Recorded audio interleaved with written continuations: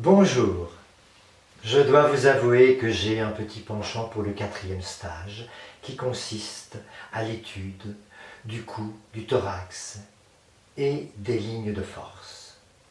Le cou est le 5e chakra, c'est le centre de la communication.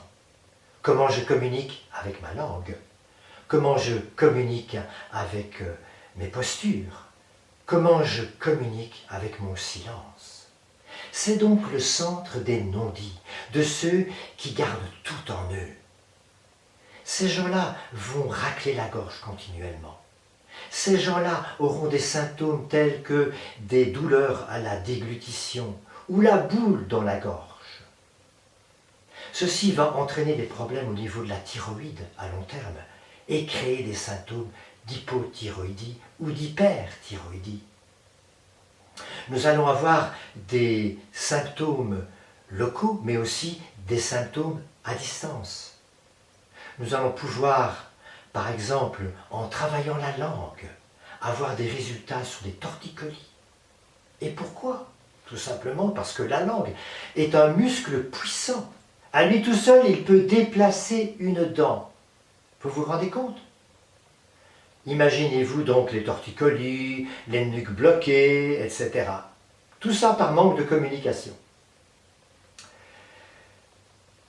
Nous allons étudier le 4e chakra, le thorax, le chakra du redonner, le chakra du partage avec la société et tous ceux qui nous entourent. C'est le centre des angoisses, avec son chapelet de symptômes tels que palpitations, oppression. Nous allons travailler la respiration et ainsi pouvoir améliorer l'oxygénation des cellules, l'endurance et même le système immunitaire en augmentant la résistance aux agressions extérieures et aux infections pulmonaires.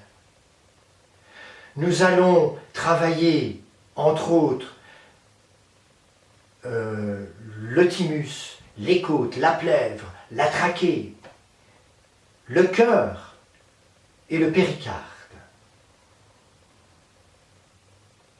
Toutes les 3 semaines, je dois bien avoir 3-4 personnes sur qui je vais travailler le thorax et avoir un résultat à distance, pour un pied, peut-être pour une épaule.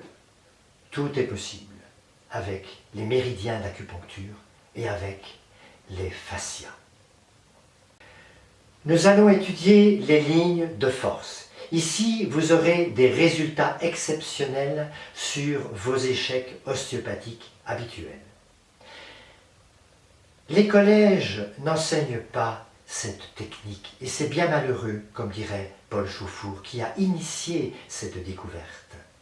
Les ostéopathes travaillent le crâne, ils travaillent les articulations du squelette, les articulations dans le ventre, mais ils ne travaillent pas les lignes de force.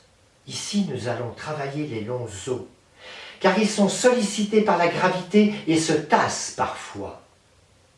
Et nous allons aussi travailler l'os même, très important pour les entorses à répétition, que ce soit les entorses du genou, de la cheville.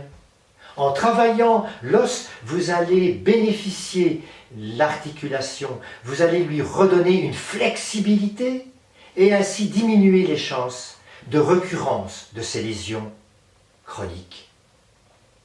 Finalement, nous allons étudier ma thèse de fin d'études, c'est-à-dire les barrages aux thérapies. Et nous allons commencer par les cicatrices. Ces cicatrices qui coupent l'énergie qui circule dans les méridiens d'acupuncture.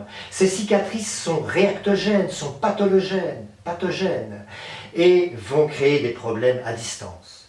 En les traitant, comme vous allez apprendre, vous allez avoir des résultats époustouflants sur toutes sortes de symptômes à distance.